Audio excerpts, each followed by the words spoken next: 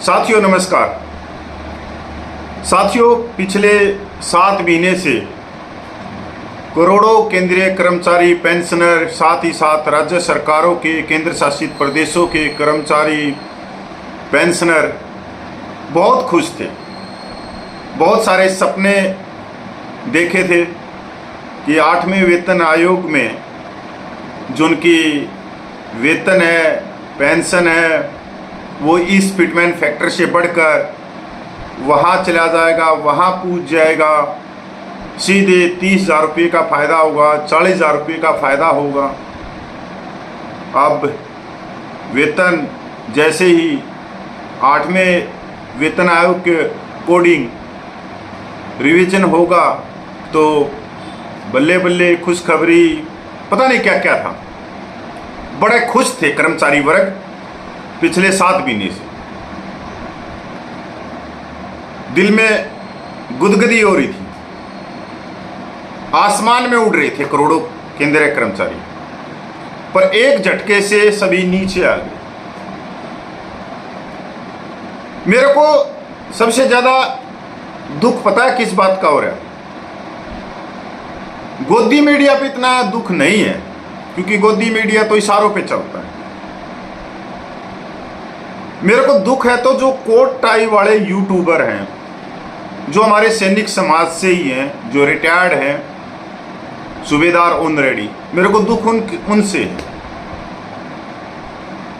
उनके जब वीडियो मैंने देखे कि किस तरह वो लोगों को गुमराह करते हैं, बेवकूफ बनाते हैं, डिजिटल बोर्ड पे या कभी वाइट वाला बोर्ड उठा के उस पे पेन से लिखने शुरू कर देंगे कि गुणा इतने करने पे जिस सिपाही की पेंशन 20,000 है वो 58,000 हो जाएगी, हौलदार की 66,000 हो जाएगी, नायब सूबेदार की 72,000 हो जाएगी, सूबेदार मेजर की 1 लाख से ऊपर चली जाएगी। बस मेरे को दुख वहाँ पे, क्योंकि एक तो ये इन्होंने बता दिया कि हमने किस तरीके से सेवा करी है, टेबल के नीचे से करी है, किस तरह से करी।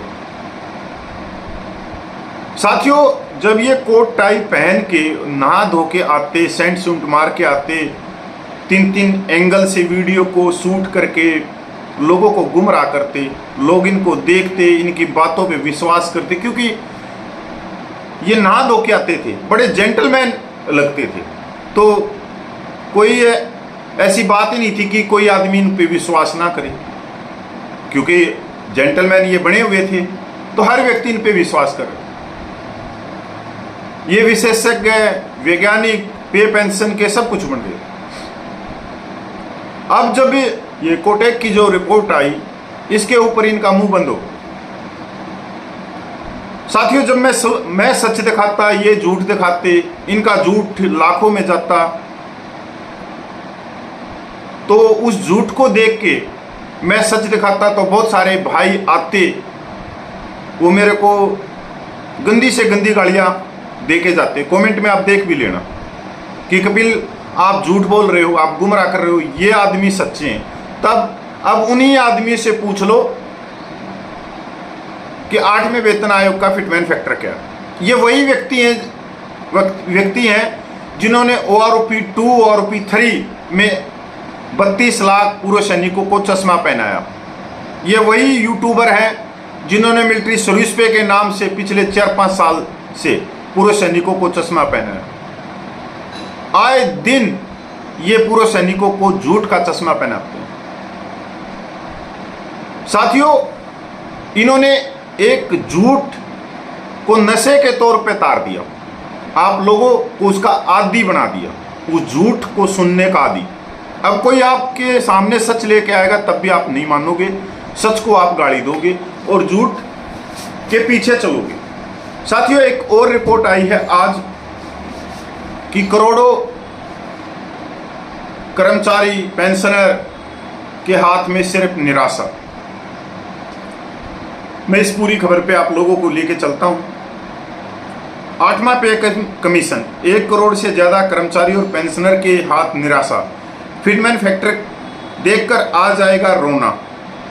सरकार ने जनवरी में 8वें वेतन आयोग के गठन की घोषणा की थी। हालांकि अब तक इसका गठन नहीं किया गया है, लेकिन केंद्र सरकार के 1 करोड़ से अधिक कर्मचारी और पेंशनर की उम्मीदें जोर मार रही है, मगर उनके हाथ निराशा लग सकती है। केंद्र सरकार के 33 लाख से ज़्यादा कर्मचारी और 66 लाख से अधिक पेंशनर को 8वें वेतन आयोग का बेसब्री से इंतजार है।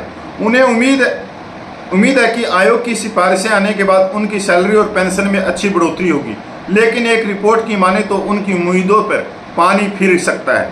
कोटक इंस्टीट्यूशनल इक्विटीज की रिपोर्ट में कहा गया कि 8वें वेतन आयोग में फिटमेंट फैक्टर 1.80 जितना कम हो सकता है, मतलब 1.80 से भी कम हो सकता है।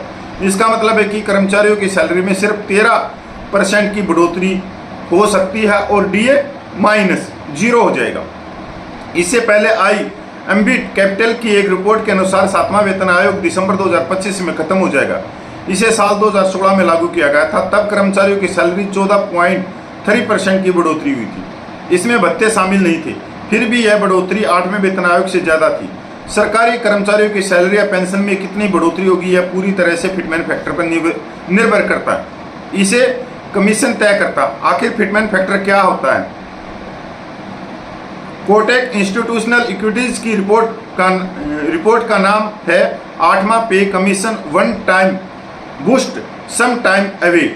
इस रिपोर्ट में अनुमान लगाया गया कि इस बार फिटमेंट फैक्टर लगभग 1.880 होगा। फिटमेंट फैक्टर से कर्मचारी की मौजूदा बेसिक सैलरी के आधार पर नई बेसिक सैलरी की गणना की जाती है। 7वें वेतन आयोग ने फिटमेंट फैक्टर 2.57 तय किया था। इससे सरकारी कर्मचारियों की न्यूनतम बेसिक सैलरी 7,000 रुपये से बढ़कर 18,000 रुपये हो गई थी। फिटमेंट फैक्टर 2.57 का मतलब यह नहीं है कि कुल सैलरी में 2.57 की गुना बढ़ोतरी होगी। यह सिर्फ बेसिक सैलरी पर लागू होता है, भत्तों पे नहीं होता। अगर यह फिटमेंट फैक्टर कम रखा जाता है तो सरकारी कर्मचारियों और पेंशनरों को निराशा हो सकती है। तराकास लॉयर्स एंड कंसल्टेंट्स के founder managing partner Kunal Sharma का कहना है कि इससे कानूनी समस्या भी हो सकती है। उन्होंने कहा कि कर्मचारी संघों, खासकर नेशनल काउंसिल जेसीएम के कर्मचारियों ने इस प्रस्ताव का विरोध किया है। बढ़ती महंगाई और जीवन यापन की लागत को देखते हुए अनुचित और मनोबल गिराने वाला है। एक सरकारी कर्मचारी की सैलरी में 4 चीज़ें शामिल होती हैं। सबसे पहले बेसिक सैलरी होती है, जिस पर फिटमेंट फैक्टर लागू होता है। महंगाई भत्ता साल में 2 बार बदला जाता है। जनवरी 2025 की घोषणा के बाद DA बेसिक सैलरी का 55% है। अगर किसी कर्मचारी की बेसिक सैलरी 20,000 रुपये प्रति महीना है तो उसका DA 11,000 रुपये होगा। बेसिक सैलरी का कुल परसेंटेज आचार्य के रूप में मिलता है। इसके अलावा ट्रांसपोर्ट अलाउंस भी मिलता है, जो आपकी सैलरी और शहर के हिसाब से तय होता है। एम्बिट कैपिटल की रिपोर्ट के अनुसार जैसे ही कोई पे कमीशन खत्म होता है तो महंगाई भत्ता 0 हो जाता है। इसकी वजह यह है कि इंडेक्स को फिर से बेस किया जाता है, यानी 8वें पे कमीशन में DA की बेसिक सैलरी में मिला दिया जाएगा और इसे 0 पे रीसेट कर दिया जाएगा। BA बिल्कुल गलत है, वो बेसिक सैलरी में मर्ज नहीं किया जाएगा। ताश लॉ के पार्टनर उत्सव त्रिवेदी ने कहा कि 8वें पे कमीशन से सरकारी कर्मचारियों की सैलरी में अच्छी बढ़ोतरी होने की उम्मीद है। उन्होंने कहा कि फिटमेंट फैक्टर 2.60 से 2.86 तक हो सकता है। यह बदलाव जरूरी 2026 तक लागू हो सकता है। इससे सैलरी पेंशन में 40 से 50% की घोषणा। ये भी एक्सपर्ट का गलत है। ये एक्सपर्ट भी कोट टाई वालों की ही तरह है। इस साल जनवरी में 8वें वेतन की घोषणा की गई है। हालांकि इसके अध्यक्ष की नियुक्ति और शर्तों को तय करने में कोई प्रगति नहीं हुई है। इस गठन के बाद आयोग अपनी रिपोर्ट और सिफारिशों को सरकार को सौंपेगा। सरकार की सिफारिशों पर लागू करने के लिए कैबिनेट की मंजूरी लेगी। देरी के बावजूद की सिफारिशें 2028 तक चली जाएंगी और जनवरी 2026 से प्रभावी होंगी। मतलब इसको लागू करने में 2028 का पूरा साल भी लग सकता है। ये पूरी रिपोर्ट आज के इंग्लिश न्यूज़पेपर में आई हुई। इस पूरी रिपोर्ट से यही लग रहा है कि करोड़ों केंद्रीय कर्मचारियों के हाथ में फिटमेंट फैक्टर तो नहीं लगेगा और ना ही उनकी पे पेंशन की बढ़ोतरी हाथ लगेगी, पर हाँ निराशा पक्की लगेगी, क्योंकि 8वां वेतन आयोग की घोषणा करके सरकार सो चुकी है और 8वां वेतन आयोग कहें तो एक ठंडे बस्ते में जा चुका है, जिसके ऊपर कार्रवाई होती नहीं दिख रही। अब मानसून सत्र चल रहा है, इसके अंदर 6-7 के करीब सांसदों ने सवाल पूछा सरकार से कि 8वां वेतन आयोग पर क्या प्रोग्रेस हुई है, तो सरकार ने कोई जवाब नहीं दिया। काम चल रहा है, काम चल रहा है। पर अगर आप सीधी सी बात यह है कि एक बार आप भी सोच के देखो कि अगर आयोग के गठन, आयोग के अध्यक्ष, आयोग का TR सेट करने में ही 7-8 महीने लग गए, 7-8 महीने में भी आयोग से ये चीज़ें सेट नहीं हो सकी हैं, तो आप ये अंदाज़ा लगाओ कि ये रिपोर्ट कब देगा आयोग। और ये भी सही बात है कि 2025 का पूरा साल जा सकता है 8वें वेतन आयोग का नोटिफिकेशन निकालने में, अध्यक्ष और मेंबर को नियुक्त करने में। तो साथियों, मैं पूर्व सैनिक कपिल फौजी और आपसे रिक्वेस्ट करता हूं कोट टाई वाले यूट्यूबरों से दूरी बनाने की, उनसे दूरी बना के ही रही।